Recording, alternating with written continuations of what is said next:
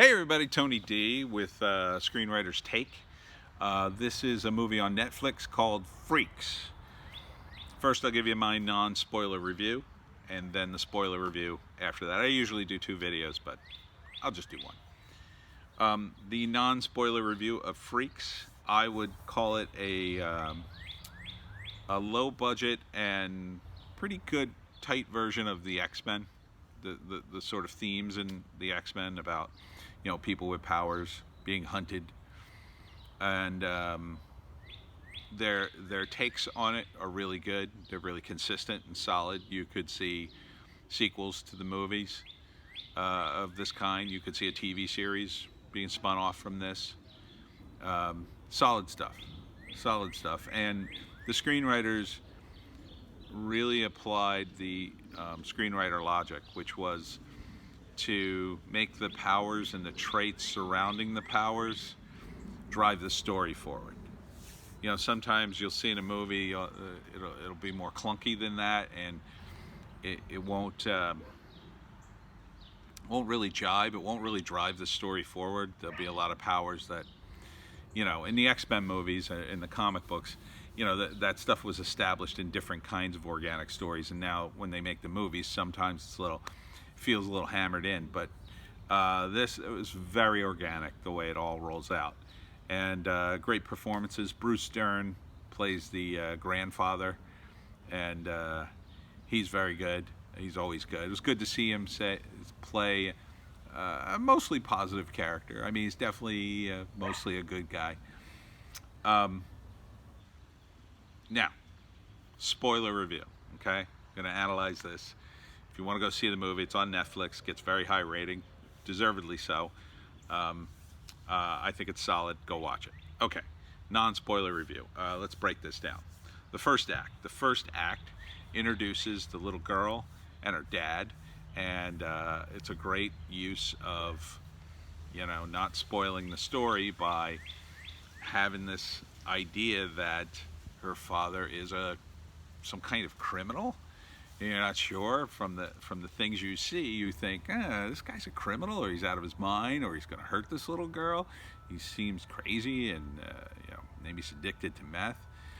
And then the second act is a big reveal, and the big reveal is, they're hiding, and they have he does not have a paranoid delusion. This is all real, and that's a big reveal, and it's really good. Then the grandfather gets in the mix, and they up the ante, and the little girl's sort of figuring out what's going on and figuring out her powers. And I really appreciate it, again, the way that screenwriters roll things out. It's very story driven in that way. The traits of the freaks, for instance, the blood tear, when they get a blood tear using their powers, that is a really good trait to help move the story forward, because that's kind of how they're being hunted, and that you see that on the billboards and stuff.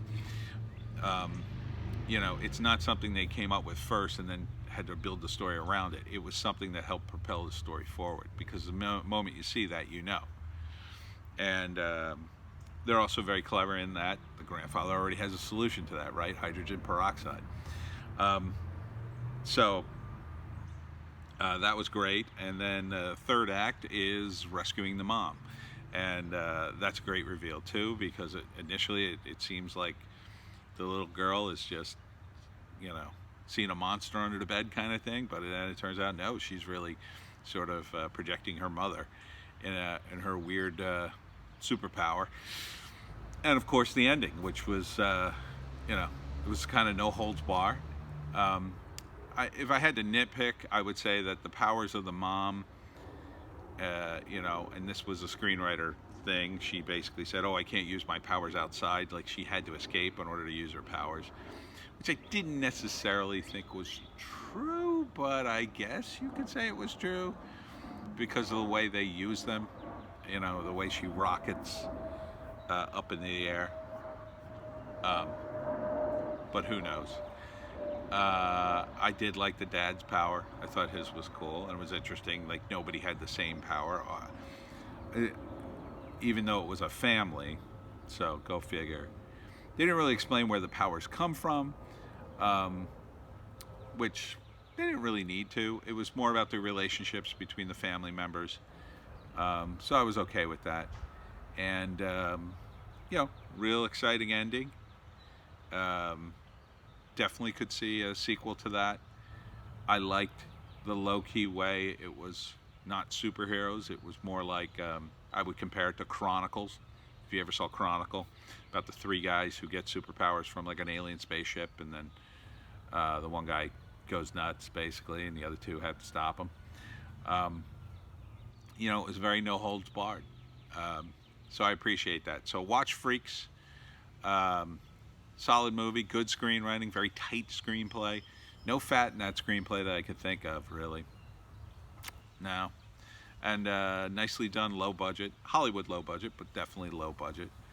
Not a lot of big things. Well, I mean, it was a modest movie, I'll say, at the very least. It didn't have a lot of characters. By Hollywood standards, that was probably under $10 million, probably. Um, so yeah, definitely see Freaks.